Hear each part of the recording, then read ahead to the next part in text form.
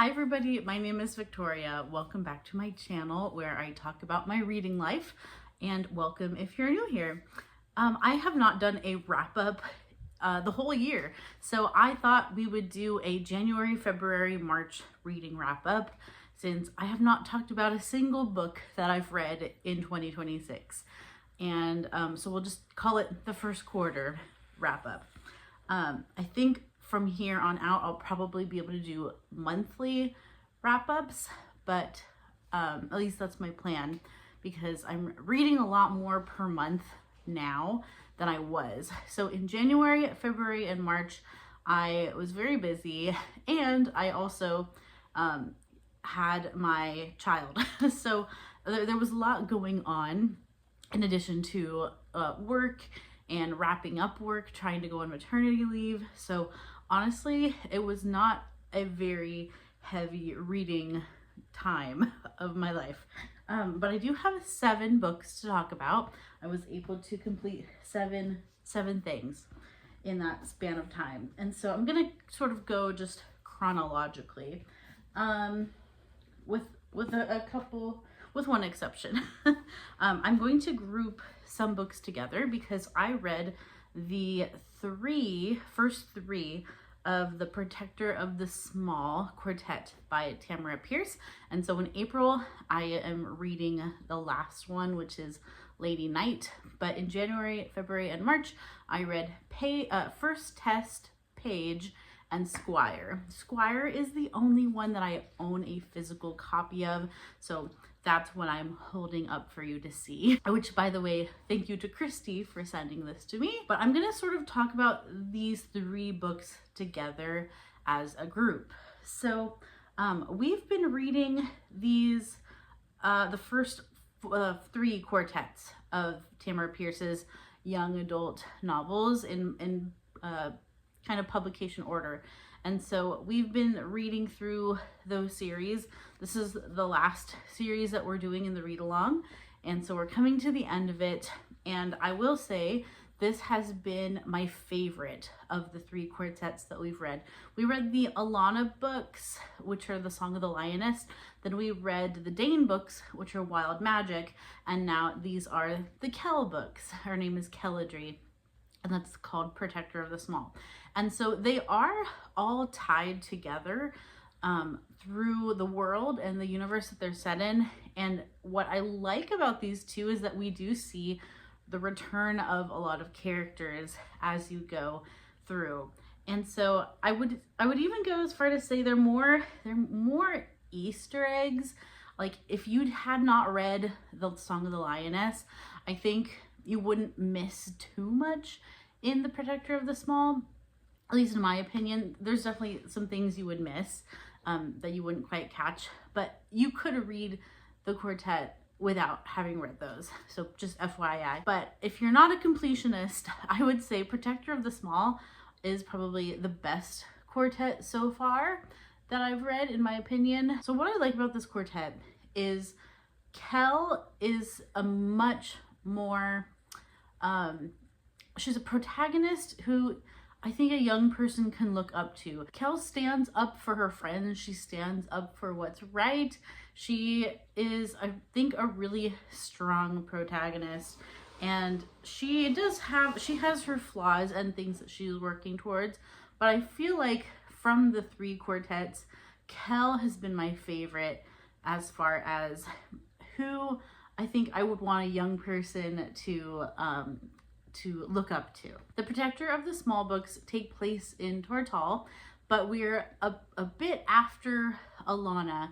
And so Alana is really like the first woman to enter into this world of trying to become a knight. So by the time we get to the Kell books, it's something that the world has seen. It's not necessarily like a rule anymore that a woman can't become a knight. However, it hasn't really been done since the Alana books, and it hasn't really been done in an official way. And so you are watching the world kind of react to Kelladry trying to become a knight, trying to enter into this world that she's technically allowed to enter into, but no one's really done it since Alanna, and Alanna did it in a more unconventional way because it wasn't allowed with Alanna. With the Alanna books, it's a little bit more like a Mulan situation where she's in disguise. So for the first time, we get to see the world of Tortall grapple with, okay, so we say that we allow women into this field, but do we really practice it, and do we really mean it, and how do we go about that? And I thought that was really interesting because it also shows that the struggle continues. Just because something like becomes legal, or like, you know, some kind of civil rights have been granted, it doesn't mean that the world just accepts it and that it's easy. Kell has to struggle also. She struggles through the society accepting her, and her being accepted in this like dominated all male society and profession that she wants to go into. Kell is a little more like stoic, and she's more reserved and more cautious, and she's just a straight arrow. she very much knows what she wants. And I like that about Kell. There are elements of Tamora Pierce's works that I like and really appreciate, as far as like targeting it to a young adult audience. And then there's some elements that I don't like. Whenever she brings in relationship aspects, I tend to not like how she deals with them, and like the messaging that she gives to the young reader. And I did experience that with First Test and Page. That element, the romantic element, is not really there in the first two books. And then in Squire, we start to see it. And once again, I didn't really like it. So that was the same with the Alanna books, honestly. And I disliked the Alanna books relationship stuff even more. It was like really, really got on my nerves. So there is some of that in Squire, but I've just come to just accept, like, Tamora Pierce has certain messages that she wants to kind of push, and I just kind of like read it and then move on. And I go, okay, oh, there it is. There's Tamora Pierce's opinions about things. And yeah, so that was unfortunate, just because I don't agree with her opinions on how young people should go about relationships. But yeah, so there's that element still.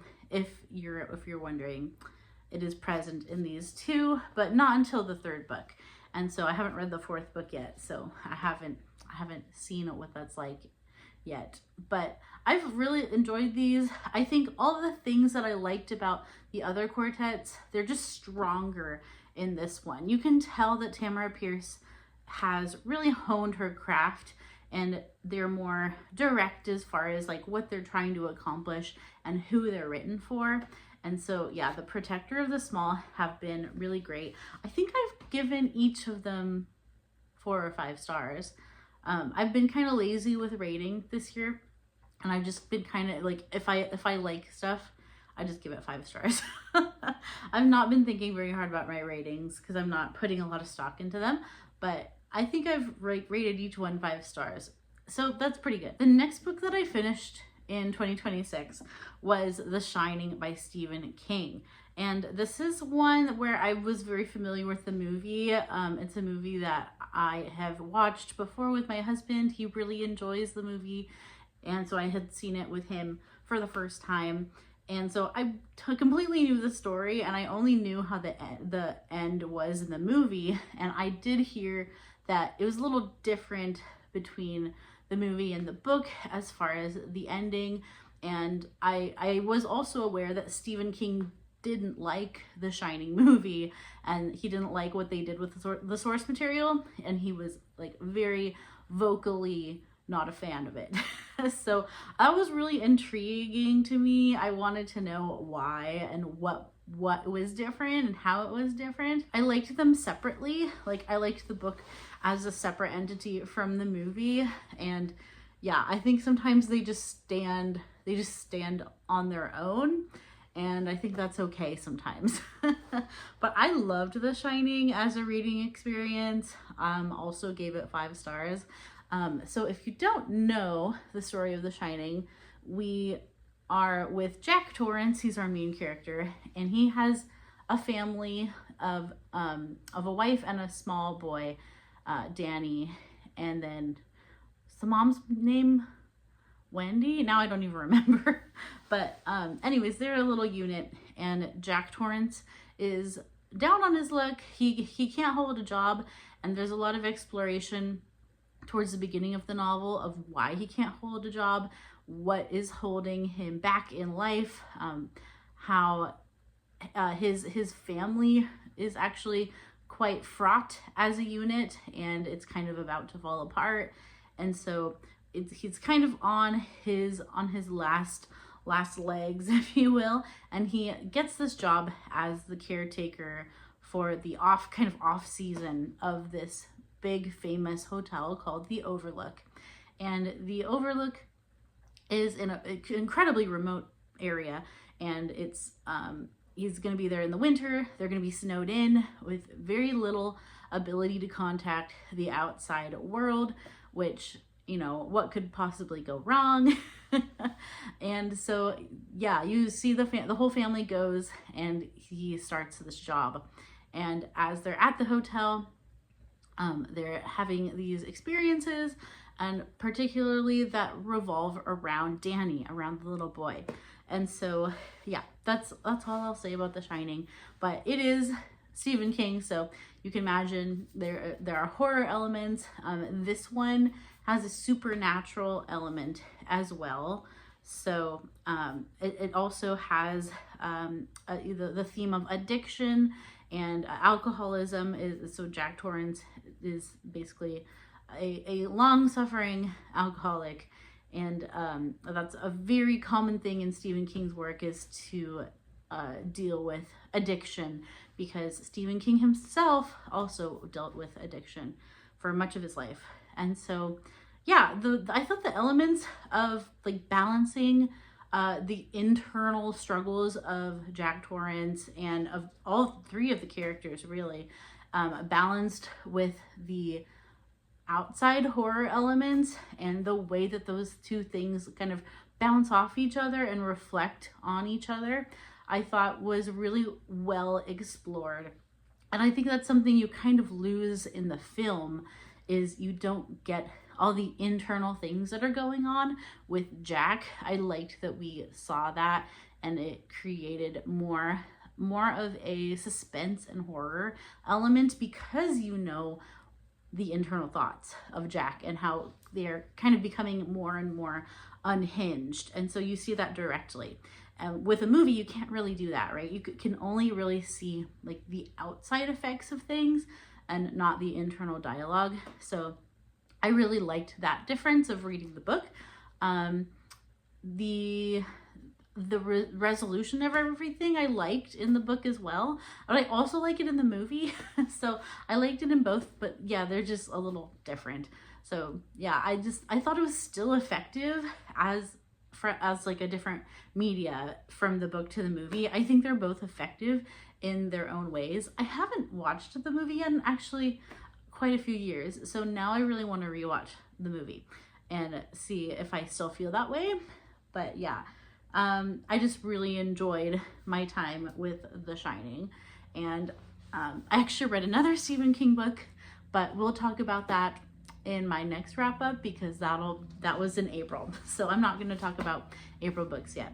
But I've read 2 Stephen King books this year, and so I'll talk about the next one in the next time I do a wrap up. But I loved The Shining, would totally revisit it again. Next, I read Daughter of Mine by Miranda. This is a thriller mystery novel, more on the mystery side than the thriller side. And I say that just because it was slow. It was a very slow start, and it took me a while to get invested. Actually, that's my one complaint about this, is that I thought it took too long to establish the groundwork. So this book is about a young lady who is named Hazel Sharp, and Hazel moved away and has come back to her town, and she's dealing with the death of her father, who was the detective, like the primary detective of this North Carolina town, and this is called Mirror Lake. And so the town's kind of centered around this lake. And you learn that also she has some background with her mother disappearing, and so there's a mystery element there. And then she also has these two brothers, and so a lot of the beginning of the book is just laying the groundwork for her family, and how her family like functioned in the town, what happened to her mother, how people view her mother who disappeared many years ago. And so yeah, this is just a more like family drama centered mystery story. And so there's a lot of initial getting to know everybody at the beginning, and getting to know the people of the town and the cast of characters. And so to me, I wanted that to take a little less time because I felt like I wasn't really invested for a while. I did, once I finally was invested, we were pretty far into the story, into the mystery. But I would say that it was kind of fairly predictable, and nothing was like twisty or shocking. It was just kind of like matter of fact revealed to you. I don't know, it was just a different kind of pacing for a thriller that I wasn't really expecting. It was much more of a slow burn, and I think that can work, but for some reason it didn't work for me in this. I don't know if it was like my experience listening to the audiobook and just feeling like that was moving too slowly. The audiobook's okay. It's not like an amazing listening experience as far as like narrators. I thought it was just okay. So it could be partly my experience with that as well. But I just found this to be really slow.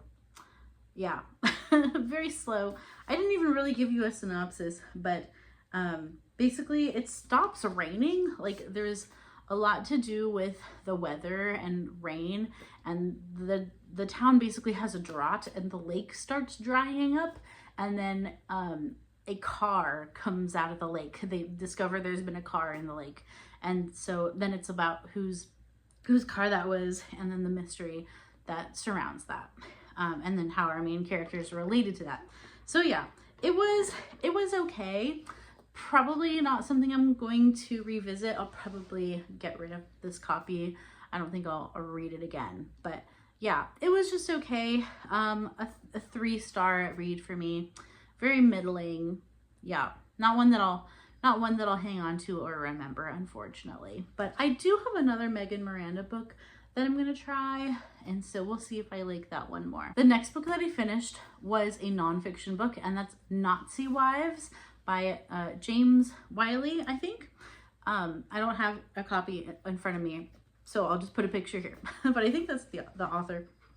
This was a really, really interesting read, but kind of strangely constructed. And I thought the focus of this book was actually kind of weird. So this book is about what it says. This is looking at the important wives who were like at the top of the Nazi party. So basically the main inner circle of Hitler and the men that were around him, their wives. And we also talk a little bit about Hitler's love interests as well, of which he did have some, which I didn't know. I'd never heard about that before. So yeah, that was interesting to learn about. But this book has the premise of focusing on the women, but then it kind of doesn't. It actually focuses a lot on the men. And I thought that was just a weird angle to write about Hitler's inner circle. I felt like this book could have just been about like Hitler's social circle and like the social like the elite and how they related to each other socially. It was very much still about the men, and we do talk about the women, but I didn't feel like he focused on the women any more than he focused on the men. I don't know how to explain that, but I felt like we focused on just the whole social circle. And it was interesting to learn about the women, and he does spend a lot of time on them. Don't get me wrong. The men are what like the action is tied to more, because they're the ones that have the jobs, the important jobs in the Nazi party. So of course we end up talking a lot about the men. Yeah. So I thought this book was maybe like not titled correctly, but whatever. So I did find this really fascinating though. I think one of the most chilling things that I took away from this was that as the women like learned about what their husbands were involved with, like the women who kind of did get involved with having a little more knowledge of politics and like what was going on, like none of the women were like totally oblivious to what was going on, but I think there were some that were a little more jaded than others. And even later in their life, when they're confronted about what happened and how their husbands were a part of it and how they were a part of it and like party to it, a lot of them were in denial that they did anything wrong, because they were also drinking the Nazi Kool-Aid, and they were so steeped in the subculture that even later in life, when they're confronted about like the final solution and what was actually like what their husbands were actually privy to, that even the wives were not privy to, a lot of them were like still in denial that their husbands had a part of it, or like did anything wrong. Or yeah, it's so interesting how they coped with it, like mentally and emotionally, if they weren't really like accepting that the Nazi party was doing any kind of genocide. Like they're very much in denial of it, which was so weird to me. But also I guess that's just how some of the women coped, was like being in denial of what their husband's job actually was. So that was really interesting. I thought also some of them are just like, they were outright supporters and, you know, anti-Semites. There we go. Can't find the words. A lot of the women were like 100%. They knew what they were doing and they knew what they were in. And some of the women just they just fell for Hitler, and how like he was very charismatic. This was a man that they knew and like, you know, had over for dinner and had a relationship with. So like some of them were just like, they didn't really understand what was going on with Hitler.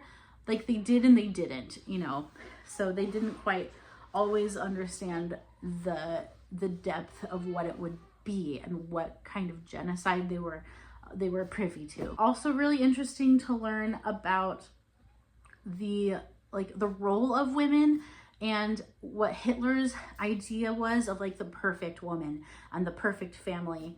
And it was very much like traditional. You have like 12 children, you know, the woman was made to bear children and to populate the Nazi party, create more little Nazis, and to like be a homemaker and raise children and just have babies as long as you can. That was basically like the whole womanly ideal of the Nazi party.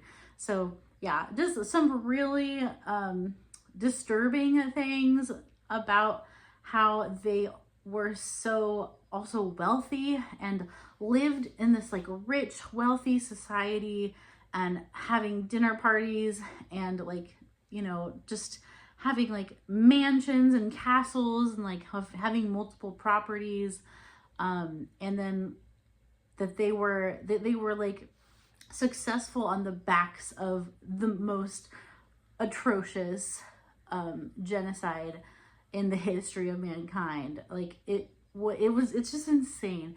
And it's insane that later in their lives, a lot of them are still in denial, and they still kind of uphold like the Nazi Party as trying to do something good, and like they really believed that they were doing something good.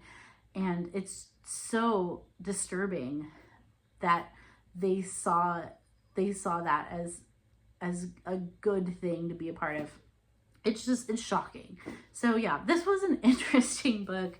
I was glad I read it. I feel like it had some flaws as a nonfiction piece of writing, and sometimes felt like it was unfocused, or that it didn't know what it was focusing on. It almost read like a little bit like just he was giving you information about people as he thought of them. Sometimes it didn't feel very cohesive from like one thing to the next as far as the structure of the book.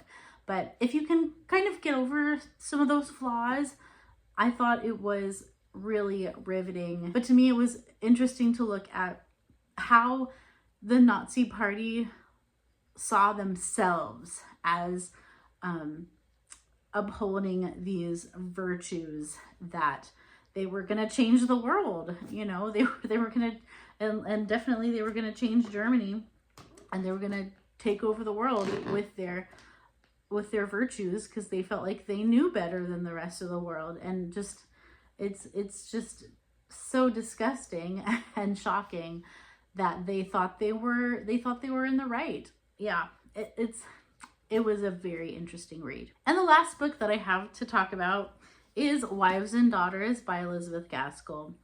I finally finished this. This I actually started in October for Victober, and I read it physically. I read it very slowly because I was not having a lot of reading time in the fall and into the beginning of the year. So I was just very much at a snail's pace going through this, but I finally finished it, and I did love it. As it seems like no one ever hates this book. Whenever I've seen anyone talk about it, no one reads this and says it was terrible. I've never seen that. I would say I did know that this was an unfinished work, but I didn't know it was like gonna just kind of end where it did. And when it did end there, I was like, wait, really? I was like, that's it? Because I had always heard people talk about it as like, oh, it's unfinished, but it feels complete. And to me, I did not feel like it was complete. I was like, no. So in my mind, I had thought it was gonna feel a little more complete when I got to the end, and it didn't, and it kind of broke my heart. But there is an afterword that talks a little bit about what Elizabeth Gaskell's plan was for the ending, so you kind of know how it was going to end. But it's so sad that we don't get that on the page from Elizabeth Gaskell's actual writing. I think it would have been such a masterpiece if she had been able to finish it, but alas, she did not finish it. So the rest of it, fantastic. Absolutely fantastic. What is always amazing to me about Elizabeth Gaskell is how her characters are so fleshed out to the point where you really think they're real people. At least I do. They feel so real, and especially in Wives and Daughters, I felt like that was a real testament to her skill as a writer. These are some of the most fleshed out characters I've ever read with her writing, and I've read a few Gaskells now. But yeah, this was stunning. It's a stunning, and also you would think that this book would be boring based on the plot. The plot is very simple, but I never felt bored. never felt bored, not one time, because of her excellent writing and the characters, and just being steeped in their day-to-day lives. It's very day-to-day. It's very like you feel like you're moving through the days with them. It's really just about this family unit that like come together, and it's like, you know, they are a blended family, which is like, it's just so simple. It's just such a simple plot, but then it's about how this blended family comes together and how they relate to each other, and then how they relate to another family who lives not too far from them, and how those families relate, and just how everybody's connected. And you would think it would be boring, and it's not. I tried to explain it to my husband, and he was like, that sounds super boring. And I was like, no, it's not. It's not boring at all. So yeah, just a stunning piece of literature, and very lovable characters. And even the ones that aren't lovable, you still kind of love them because you see their flaws, and also like they're just real. They're just so real. So yeah, I was very, very glad that I finally read this and that I finally finished it. I did feel like my heart, it wasn't complete at the end.